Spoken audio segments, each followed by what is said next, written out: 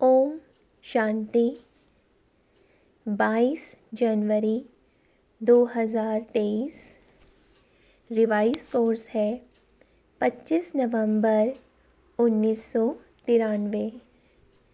अव्यक्त बाप दादा के अव्यक्त महावाक्य। सहज सिद्धि प्राप्त करने के लिए ज्ञान स्वरूप परियोगी आत्मा बनो। आज ज्ञानदाता वरदाता अपने ज्ञानी तू आत्मा योगी तू आत्मा बच्चों को देख रहे हैं। हर एक बच्चा ज्ञान स्वरूप और योग युक्त कहाँ तक बना है। ज्ञान सुनने और सुनाने के निमित्त बने हैं व ज्ञान स्वरूप बने हैं। समय प्रमाण योग लगाने वाले बने हैं व सदा योगी जीवन अर्थात हर कर्म में योग युक्त युक्ति युक्त स्वतः व सदा के योगी बने हैं। किसी भी ब्राह्मण आत्मा से कोई भी पूछेंगे कि ज्ञानी और योगी है तो क्या कहेंगे? सभी ज्ञानी और योगी है ना। ज्ञान स्वरूप बनना अर्थात हर संकल्प बोल और कर्म समर्थ होगा, व्यर्थ समाप्त होगा, क्योंकि जहाँ समर्थ है वहाँ व्यर्थ हो नहीं सकता। जैसे प्रकाश और अंधियारा साथ साथ नहीं होता, तो ज्ञान प्रकाश है व्यर्थ अंधकार है। वर्तमान समय व्यर्थ को समाप्त करने का अटेंशन रखना है। सबसे मुख्य बात संकल्प रूपी बीज को समर्थ बनाना है। अगर संकल्प रूपी बीज समर्थ है तो वाणी कर्म संबंध सहज ही समर्थ हो ही जाता है। तो ज्ञान स्वरूप अर्थात हर समय हर संकल्प हर सेकंड समर्थ। योगी तू आत्मा सभी बने हो, लेकिन हर संकल्प स्वतः योग युक्त युक्ति युक्त हो। इसमें नंबरवार है। क्यों नंबर बने? जब विधाता भी एक है, विधि भी एक है, फिर नंबर क्यों? बाप दादा ने देखा योगी तो बने हैं, लेकिन प्रयोगी कम बनते हैं। योग करने और कराने दोनों में सभी होशियार हैं। ऐसा कोई है जो कहे कि योग कराना नहीं आता? जैसे योग करने कराने में योग्य हो, ऐसे ही प्रयोग करने में योग्य बनना और बनाना, इसको कहा जाता है योगी जीवन अर्थात योग युक्त जीवन। अभी प्रयोगी जीवन की आवश्यकता है। जो योग की परिभाषा जानते हो, वर्णन करते हो, वो सभी विशेषताएं प्रयोग में आती हैं। सबसे पहले अपने आप में यह चेक करो कि अपने संस्कार परिवर्तन में कहाँ तक प्रयोगी बने हो, क्योंकि आप सबके श्रेष्ठ संस्कार ही श्रेष्ठ संसार की रचना की नींव है। अगर नींव मजबूत है तो अन्य सभी बातें स्वतः मजबूत हुई ही पड़ी हैं। तो यह देखो कि संस्कार समय पर कहाँ धोखा तो नहीं देते हैं।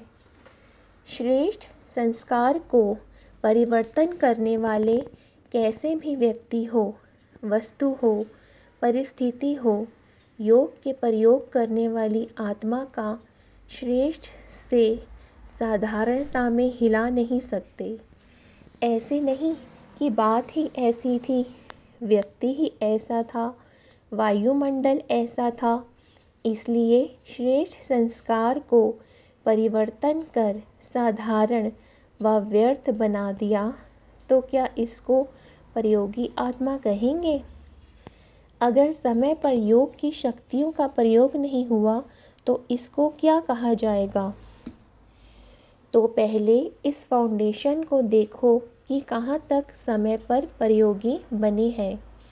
अगर स्व के संस्कार परिवर्तक नहीं बने हैं तो नए संसार परिवर्तक कैसे बनेंगे।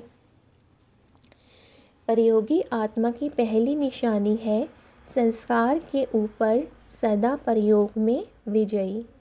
दूसरी निशानी प्रकृति द्वारा आने वाली परिस्थितियों पर योग के प्रयोग द्वारा विजयी। समय प्रति समय प्रकृति की हलचल भी योगी आत्मा को अपनी तरफ आकर्षित करती है।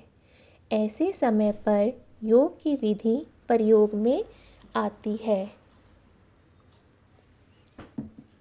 कभी योगी पुरुष को व पुरुषोत्तम आत्मा को प्रकृति प्रभावित तो नहीं करती, क्योंकि ब्राह्मण आत्माएं पुरुषोत्तम आत्माएं हो, प्रकृति पुरुषोत्तम आत्माओं की दासी है। मालिक दासी के प्रभाव में आ जाए तो इसको क्या कहेंगे। आजकल पुरुषोत्तम आत्माओं को प्रकृति साधनों और सेल्वेशन के रूप में प्रभावित करती है। साधन व सेल्वेशन के आधार पर योगी जीवन है। साधन व सेल्वेशन कम तो योग युक्त भी कम। इसको कहा जाता है प्रभावित होना। योगी व प्रयोगी आत्मा की साधना के आगे साधन स्वतः ही स्वयं आते हैं। साधन साधना का आधार नहीं हो, लेकिन साधना साधनों को स्वतः आधार बनाएगी। इसको कहा जाता है प्रयोगी आत्मा। तो चेक करो, संस्कार परिवर्तन विजय और प्रकृति के प्रभाव के विजय कहाँ तक बने हैं। तीसरी निशानी है विकारों पर विजय। योगी व प्रयोगी आत्मा के आगे ये 5 विकार जो दूसरों के लिए जहरीले सांप हैं, लेकिन आप योगी प्रयोगी आत्माओं के लिए ये सांप गले की माला बन जाते हैं। आप ब्राह्मणों के और ब्रह्मा बाप के अशरीरी तपस्वी शंकर स्वरूप का यादगार अभी भी भक्त लोग पूजते और गाते रहते हैं। दूसरा यादगार, ये सांप आपके अधीन ऐसे बन जाते जो आपके खुशी में नाचने की स्टेज बन जाते। जब विजय बन जाते हैं तो क्या अनुभव करते हैं, क्या स्थिति होती है। खुशी में नाचते रहते हैं ना, तो यह स्थिति स्टेज के रूप में दिखाई है। स्थिति को भी स्टेज कहा जाता है। ऐसे विकारों पर विजय हो, इसको कहा जाता है प्रयोगी। तो यह चेक करो कहाँ तक प्रयोगी बने हैं। अगर योग का समय पर प्रयोग नहीं, योग की विधि से समय पर सिद्धि नहीं, तो यथार्थ विधि कहेंगे। समय अपनी तीव्र गति समय प्रति समय दिखा रहा है। अनेकता, अधर्म, तमो प्रधानता हर क्षेत्र में तीव्र गति से आगे बढ़ता जा रहा है।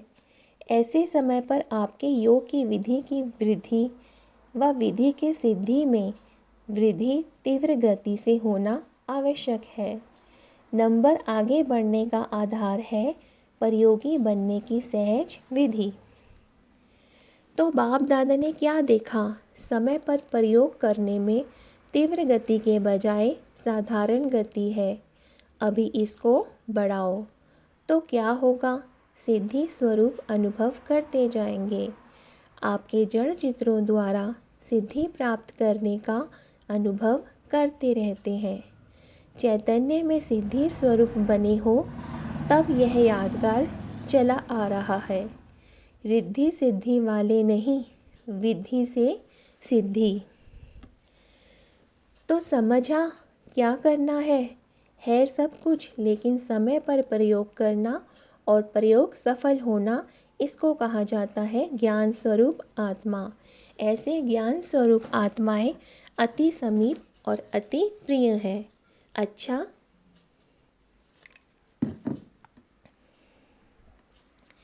सदा योग की विधि द्वारा श्रेष्ठ सिद्धि को अनुभव करने वाले सदा साधारण संस्कार को श्रेष्ठ संस्कार में परिवर्तन करने वाले संस्कार परिवर्तक आत्माओं को सदा प्रकृति जीत, विकारों पर जीत प्राप्त करने वाली आत्माओं को सदा प्रयोग की गति को तीव्र अनुभव करने वाले ज्ञान स्वरूप योग युक्त योगी आत्माओं को बाप दादा का याद प्यार और नमस्ते। 24 नवंबर को 2 कुमारियों के समर्पण समारोह के बाद रात्रि 10 बजे दादी ऑलराउंडर ने अपना पुराना चोला छोड़ बाप दादा की गोद ली। 25 तारीख दोपहर में उनका अंतिम संस्कार किया गया। सायकाल मुरली के पश्चात दादियों से मुलाकात करते समय बाप दादा ने जो महावाक्य उच्चारे वह इस प्रकार है।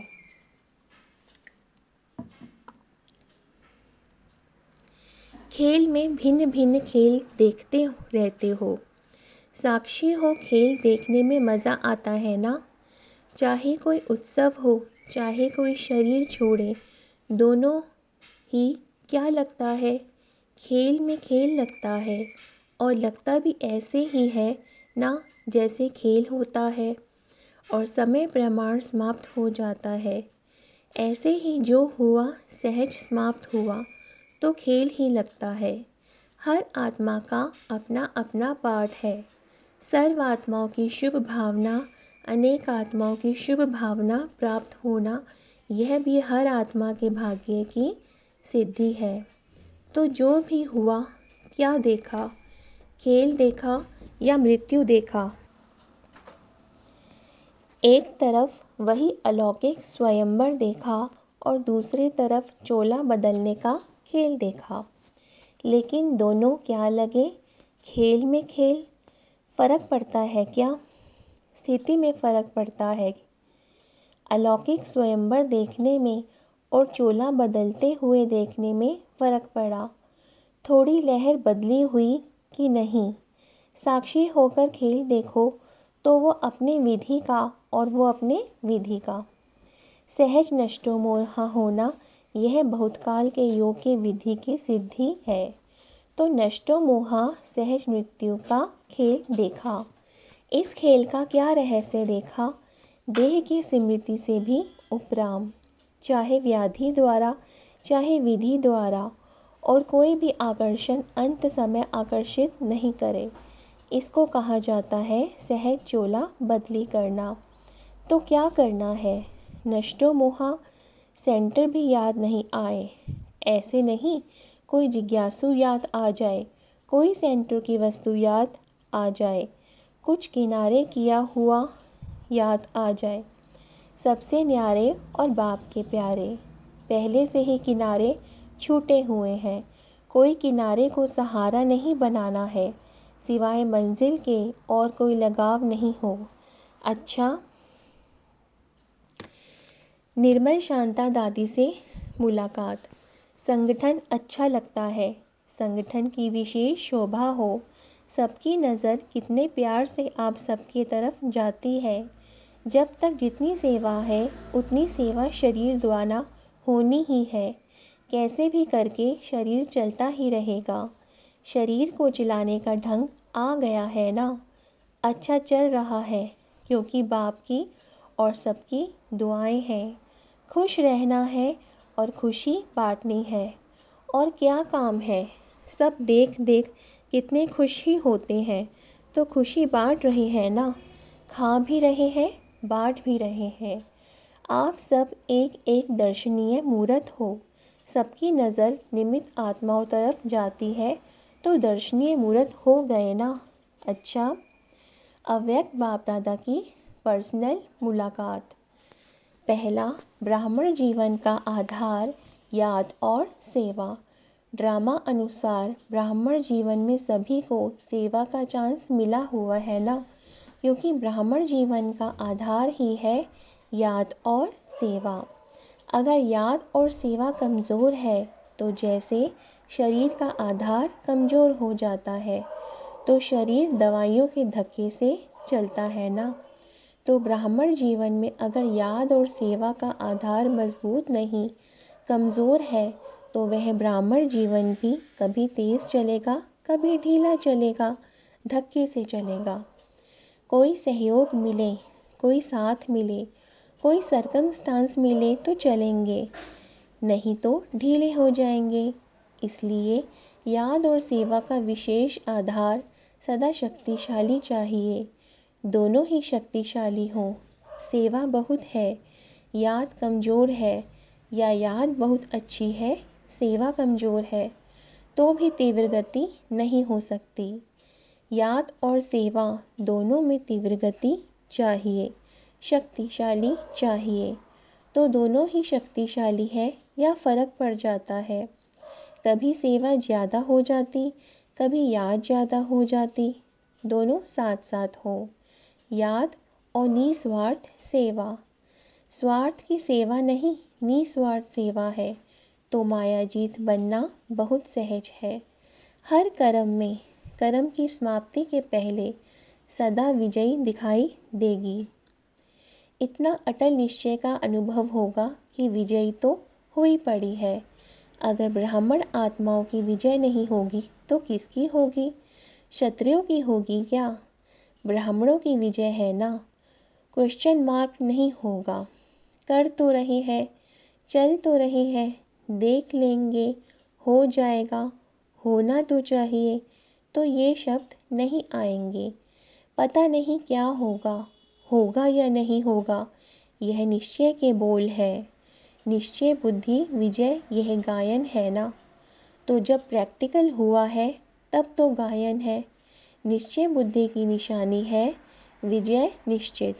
जैसे किसी भी प्रकार की किसको शक्ति होती है, चाहे धन की हो, बुद्धि की हो, संबंध संपर्क की हो, तो उसको निश्चय रहता है यह क्या बड़ी बात है, यह तो कोई बात ही नहीं है। आपके पास तो सब शक्तियाँ हैं। धन की शक्ति है कि धन की शक्ति करोड़पतियों के पास है। सबसे बड़ा धन है अविनाशी धन, जो सदा साथ है। तो धन की शक्ति भी है, बुद्धि की शक्ति भी है, पोजीशन की शक्ति भी है। जो भी शक्तियाँ गाई हुई हैं, सब शक्तियाँ आप में है या कभी प्राय लोप हो जाती है। इन्हें इमर्ज रूप में अनुभव करो।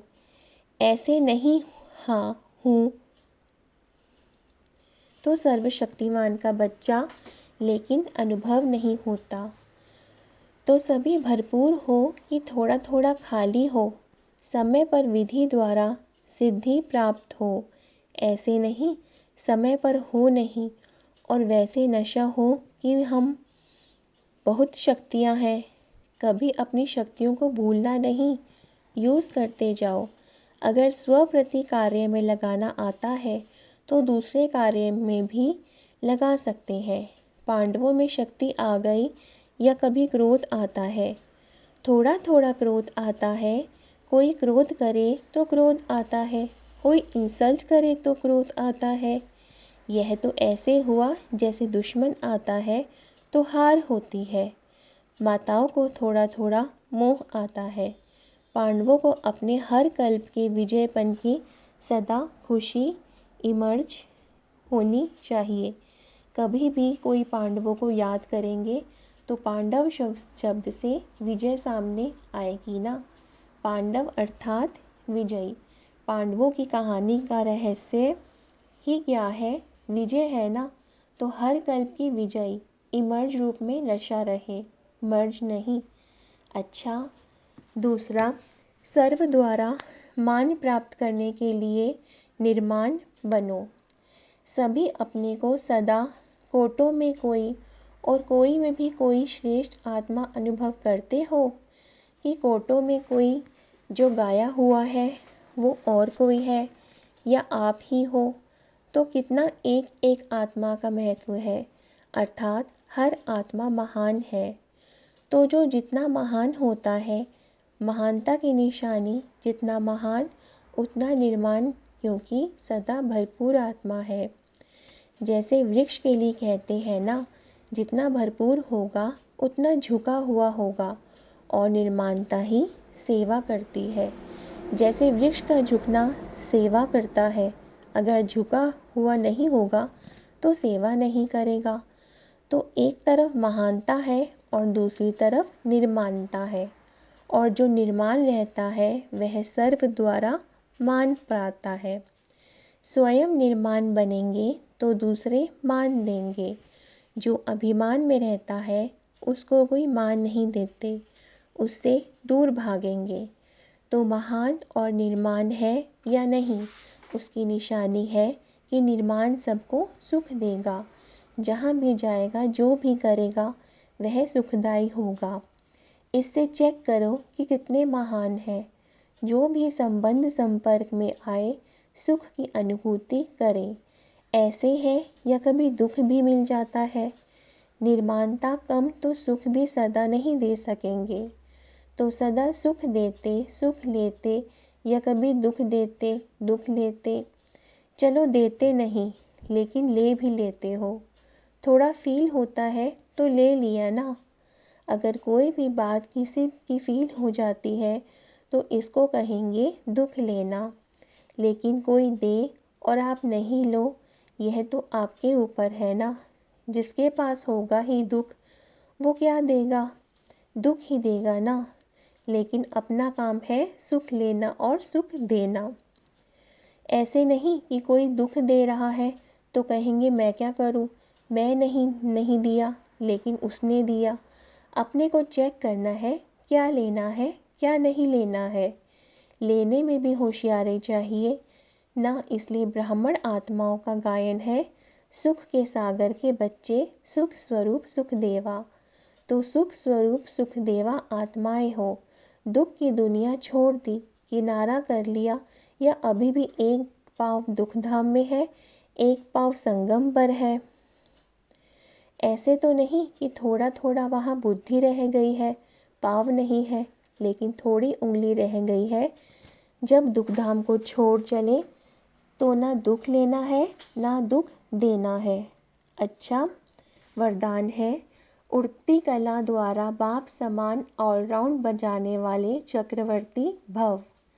जैसे बाप ऑलराउंड पाठधारी है, सखा भी बन सकते तो बाप भी बन सकते। ऐसे उड़ती कला वाले जिस समय जिस सेवा की आवश्यकता होगी उसमें संपन्न पाठ बजा सकेंगे। इसको कहा ही जाता है ऑलराउंड उड़ता पंछी। वे ऐसे निर्बंधन होंगे जो जहाँ भी सेवा होगी वहाँ पहुँच जाएंगे। हर प्रकार की सेवा में सफलता मूर्त बनेंगे। उन्हें ही कहा जाता है चक्रवर्ती ऑलराउंड पाठधारी।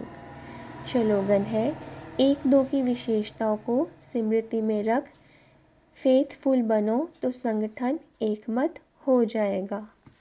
ओम शांति।